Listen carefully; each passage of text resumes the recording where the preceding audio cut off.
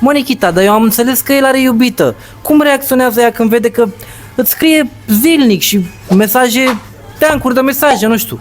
Problema este a ei, cum trebuie să reacționeze. Ea, nu eu, că pe mine nu mă interesează. Uite așa reacționez. Vorbind cu mine, pe Telegram, pe cameră, uitați cum reacționează ea. Și cum îi se spune? Ai zis tu cumva? Țestoasa, turte. Turtă-i la față. Păi nu vedeți cum arată, uitați și voi la ea, stai să vă mai arăt. Cestoasa ninja. Țestoasa ninja, exact. Futăcioasa ninja. Nu vorbi așa.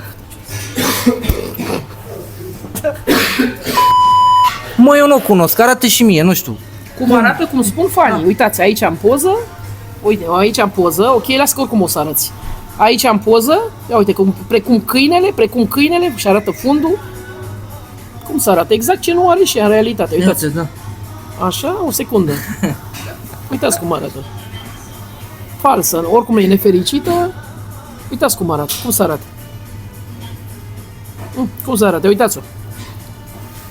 Bine, ea e de fapt mai grasă, dar i-a pus Michele mâna ca să-i se vadă vis... Dar zici că era la treabă.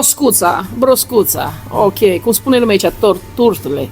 Turtle, aici spune aici, uitați, poftim, turtle. Ninja Turtle. Ninja Turtle, uitați ce spune aici lumea. În acțiune. Da, exact ce spune lumea aici.